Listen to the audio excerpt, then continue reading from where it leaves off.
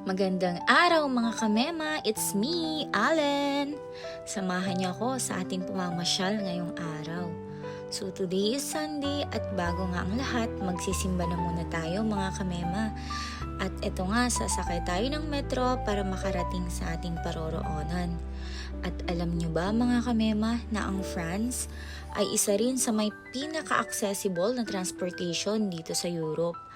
At ang ginagamit namin dito ay ang Navigo Pass Card. Sa loob ng isang buwan, ang bayad ay 90 euro. Kung sa pera natin sa Pinas na sa around 6,300 pesos, valid for 1 month. Unlimited na yan mga kamema sa train, metro, tram at sa bus. So ayun na nga mga kamema, dito nga pala ako nagsisimba every Sunday sa St. Joseph Church. At gaya nga ng laging paalala sa akin ng aking ina, laging maglaan ng oras para magpasalamat sa ating poong may kapal. At yun nga ang laging nakatatak sa akin. At pagkatapos nga ng ating pagsisimba mga kamema, lakad-lakad naman tayo para maghanap ng bike. At sunod nating puntahan ay ang Longchamp Park. Ang gamit ka natin dito ngayon sa pagbabike ay ang DOT, DOTP. At ang bayad dito is 3.99 euro, good for 30 minutes. And around 270 sa peso. Open mo lang yung application ng DOT. Scan mo yung code ng bike na gagamitin mo para ma-unlock mo yung bike. And charan! Masyadong mga taas mga kamema, halos di ko abot, aray ko pakak. Pero ilalaban pa din natin to mga kamema. So ayan, ambi-ambihan tayo for today's video. Sa pagbabike mga kamema, may mga designated area ang bike lane. So ayun na nga mga kamema, sa wakas nakarating din tayo. Kailangan natin i-park ang ating bike sa designated area.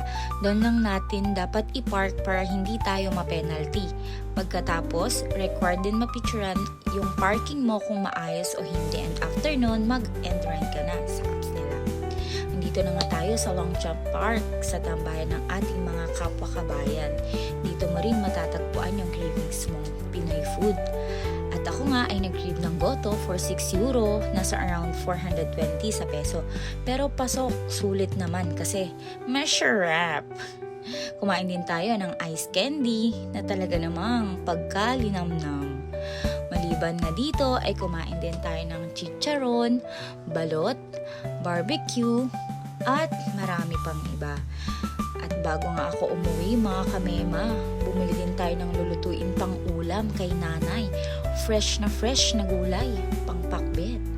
Sa mga nagnanais makakain ng mga Pinoy food, punta lang kayo dito sa Longchamp mga kamema. Sari-sari, ang tinda mura at tiyak na masarap. So hanggang dito na lang mga kamema, hanggang sa susunod na kabanata. Please like, follow and share. Bye-bye!